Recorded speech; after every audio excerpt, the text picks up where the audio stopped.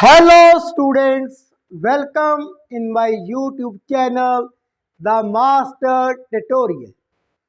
तो स्टूडेंट आज मैं इस लेक्चर में डिस्कस करने जा रहा हूँ काइनेटिक फ्रिक्शन। इसे हम डायनामिक फ्रिक्शन भी बोलते हैं। इसको हिंदी में हम गतिज घर्षण बल और फिसलन घर्षण बल कहते हैं। तो इसे समझने के लिए सबसे पहले you are looking on the screen. आप स्क्रीन पर क्या देख रहे हैं? हमारे पास टू बॉडीज हैं, ए एंड बी। हमने बॉडी ए को बॉडी बी के ऊपर रख दिया है। अब जो बॉडी ए है उसे हमने स्ट्रिंग के साथ अटैच कर दिया है, बाइंड कर दिया है। जो स्ट्रिंग है वो मूव ओवर द पुली, उसके आगे वो अटैच है विद द पैन। हम अब क्या करने जा रहे हैं? हम Aahista Aahista one by one pan में वेट को इंसर्ट करने लग जाते हैं। जो वेट है वो पैन में डालते चले जाते हैं। दैट मीन्स हमने बॉडी ए के ऊपर बल लगाना शुरू कर दिया है। जैसे ही जो हम बल लगा रहे हैं इसका जो मूल्य है वो limiting value of static friction इससे बढ़ जाता है। देन क्या है, बॉडी है वो क्या है, फिसलने लग जाती है, वो गति में आ जाती है। तो जब बॉडी गति में आ जाती है तब भी विपरीत दिशा में बल लगता है जो उसकी मोशन को, गति को कम करता है, उसे कम करने का प्रयास करता है।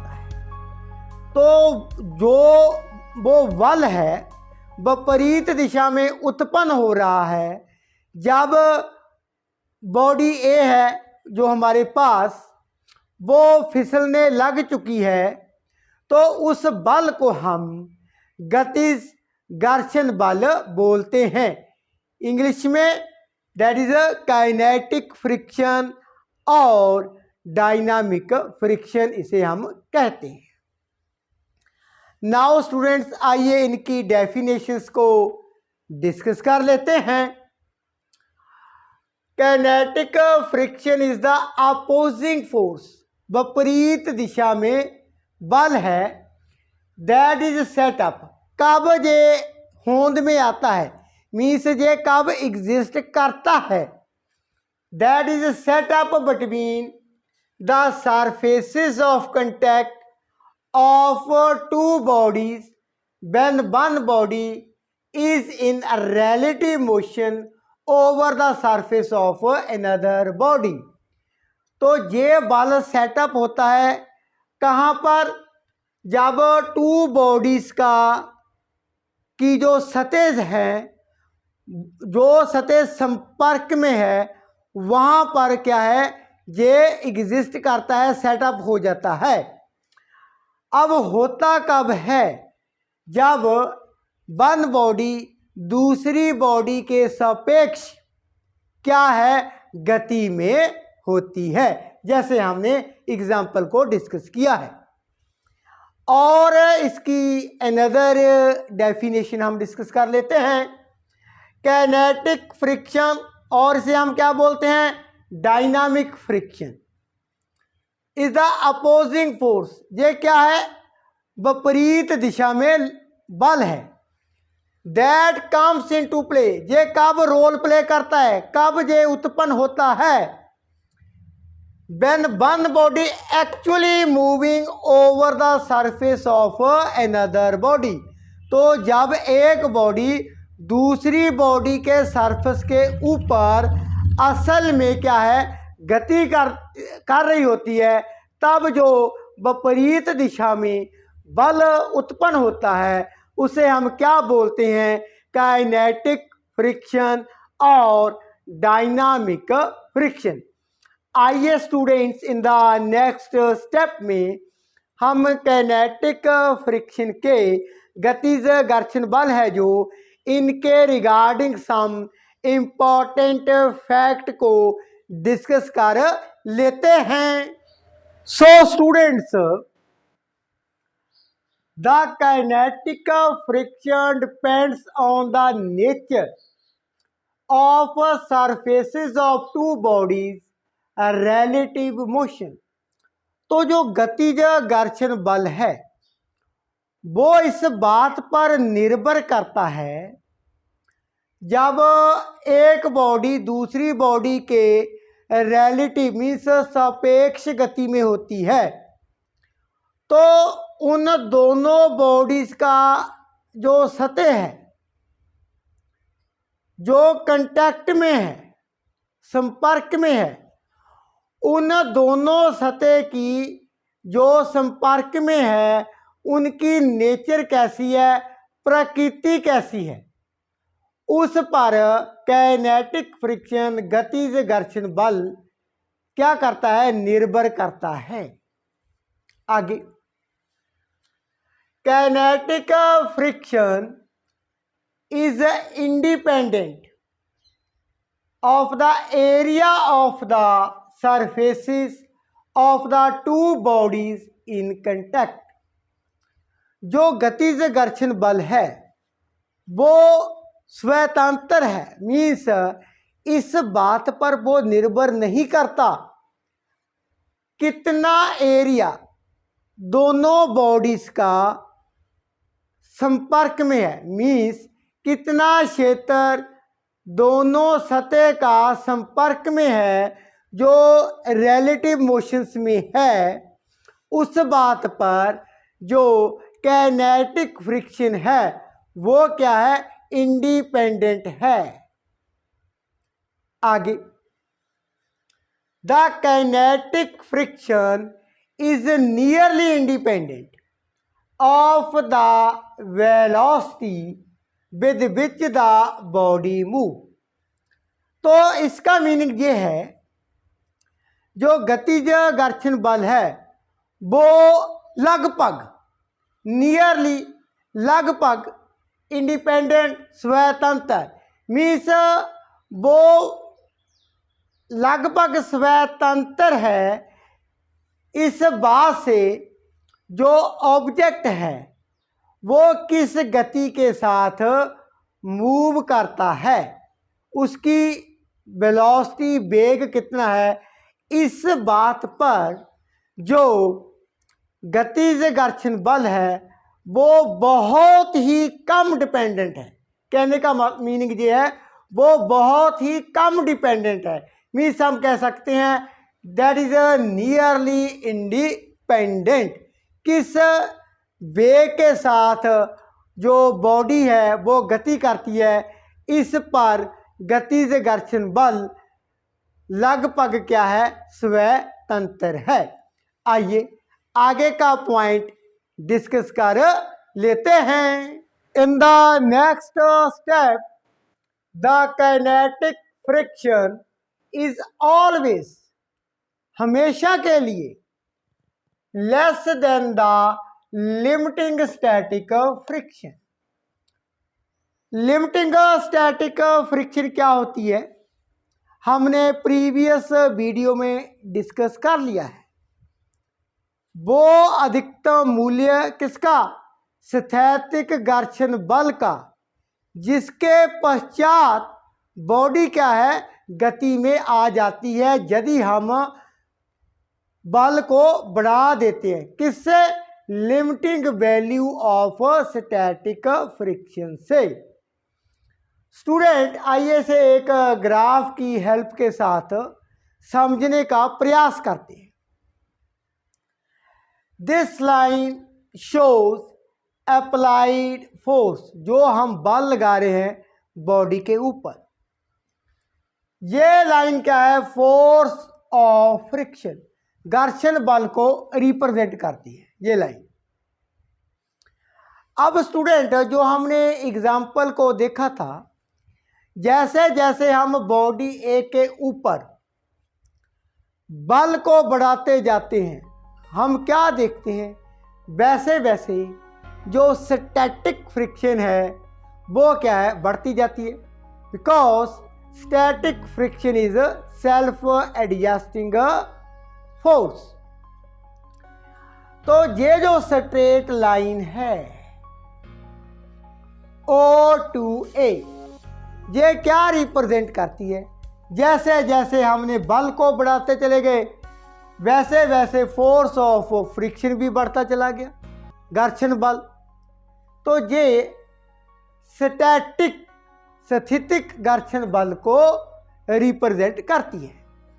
नाउ ए बिंदु पर हम देखें, जो अप्लाइड फोर्स है, जब हम बल बढ़ाते चले जाते हैं, अभी बॉडी क्या है, गति में नहीं आई, उस समय गति से आने से थोड़ा सा पहले, जस्ट पहले की बात करें तो जो अधिकतम मूल्य होता है किसका, स्थैतिक घर्षण बल का, वो रिप्रेजेंट किया गया है विद द ए बिंदु पर।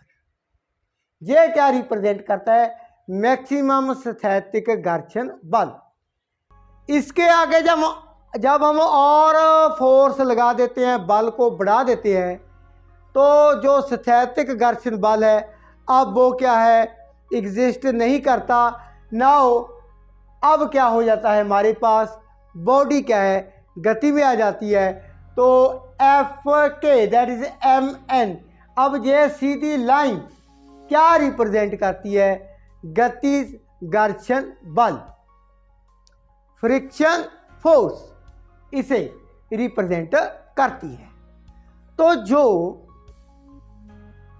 काइनेटिक फ्रिक्शन है वो किससे कम है, limiting value of static friction, इससे क्या है, कम है, ऑलवेज, हमेशा के लिए कम होगी।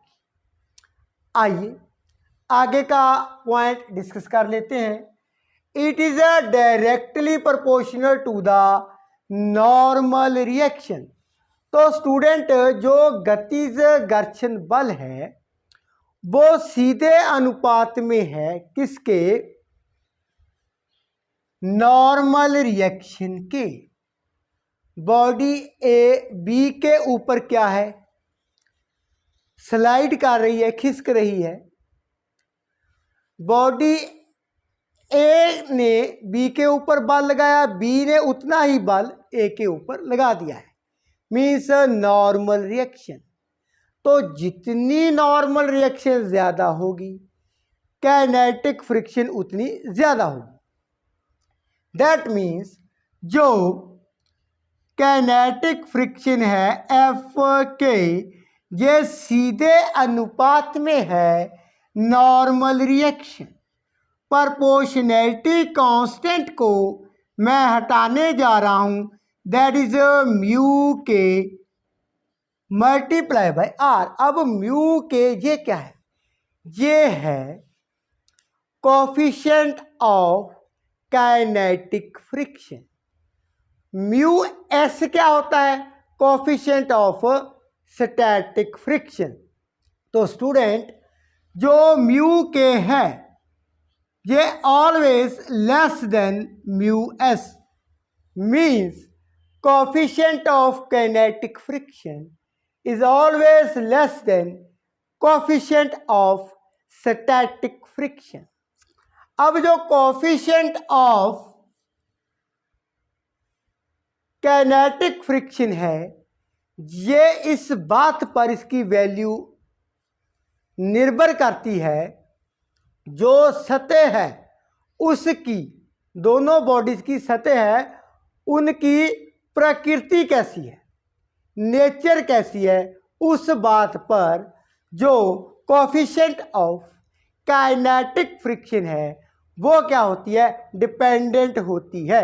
आइए आगे के और पॉइंट डिटेल में डिस्कस कर लेते हैं। तो स्टूडेंट मैं आगे का स्टेप डिस्कस करने जा रहा हूं। After the relative motion has begin means जब बॉडी है, एग्जाम्पल में हमने डिस्कस किया था बॉडी ए क्या है, बी बॉडी के सरफेस के ऊपर क्या है, अब गति में आ जाती है, वो खिसकना शुरू कर चुकी है, तब उसकी एक्सेलरेशन क्या होगी। Now students, according to Newton second law of motion, force क्या होती है, mass into acceleration, acceleration that is a force over mass. तो स्टूडेंट इस केस में एक्सेलरेशन क्या होगी बॉडी की, ए equal to force over mass, तो मास बॉडी का से एम। अब फोर्स कितनी होगी, नेट बल कितना लग रहा होगा, हमने बॉडी पर मान लेते हैं कितना बल लगाया है, that is F. That means अब एक्सेलरेशन प्रोड्यूस हो चुकी है, force equal to mass into acceleration. लेकिन जब बॉडी मूव करती है, वो खिसक रही है, तब भी क्या है, फ्रिक्शन फोर्स प्रेजेंट होती है, गतिज घर्षण बल। वो किस दिशा में होता है, विपरीत दिशा में। तो नेट फोर्स कितनी रह जाती है, that is F minus F के। तो यहां पर एक्सेलरेशन कितनी होगी, एफ माइनस एफ के। F is the applied force, जितना बल हमने लगाया था, माइनस एफ के। एफ के क्या है, दैट इज ए गतिज घर्षण बल ओवर एम। नाउ स्टूडेंट्स आगे का step, when the body moves with the constant velocity, यदि बॉडी एक स्थिर एक कांस्टेंट वेग के साथ चल रही होगी, तब एक्सेलरेशन कितनी होगी। एक्सेलरेशन क्या होती है, the rate of change of velocity. अब वेलोसिटी में चेंज नहीं हो रहा, दैट मीन्स एक्सेलरेशन क्या होगी, इस केस में जीरो होगी। तो acceleration zero equal to F minus F के over M. That means F minus F K equal to zero. That means F equal to क्या हो जाता है, एफ के। अप्लाइड बल है, जो बल हमने लगाया है वो किसके इक्वल होगा, दैट इज अ गतिज घर्षण बल, फ्रिक्शन फोर्स के। कब, जब बॉडी का वेग क्या है, कांस्टेंट रहता है, उसकी वेलोसिटी क्या है, कांस्टेंट होती है, तब जो अप्लाइड फोर्स है इक्वल टू फ्रिक्शन फोर्स। आइए लास्ट स्टेप को डिस्कस कर लेते हैं। So students, in the last step, when the applied force has been removed, जब हमने बॉडी के ऊपर बल लगाया था वो लगाना बंद कर दिया है, अब हमने छोड़ दिया है बल लगाना, तब एक्सेलरेशन क्या होगी। एक्सेलरेशन किसके इक्वल है, acceleration equal to F minus F के ओवर एम। ये एफ क्या है, अप्लाइड फोर्स। यदि हम इसे लगाना छोड़ दे, दैट मीन्स एफ क्या है, जीरो, तब एक्सेलरेशन क्या होगी, equal to zero minus F के over M. That means acceleration equal to negative F के over M. What this negative sign show? This show the acceleration is now negative, means retardation or you can say deceleration. तो body क्या होगी? Body कुछ समय के पश्चात वैराम अवस्था में आ जाती है due to the friction force. This negative sign show it. तो स्टूडेंट ये था हमारा टॉपिक रिगार्डिंग गति घर्षण बल, means you can say dynamic friction. In the coming video, I will be explain more article related to this chapter. Thank you so much.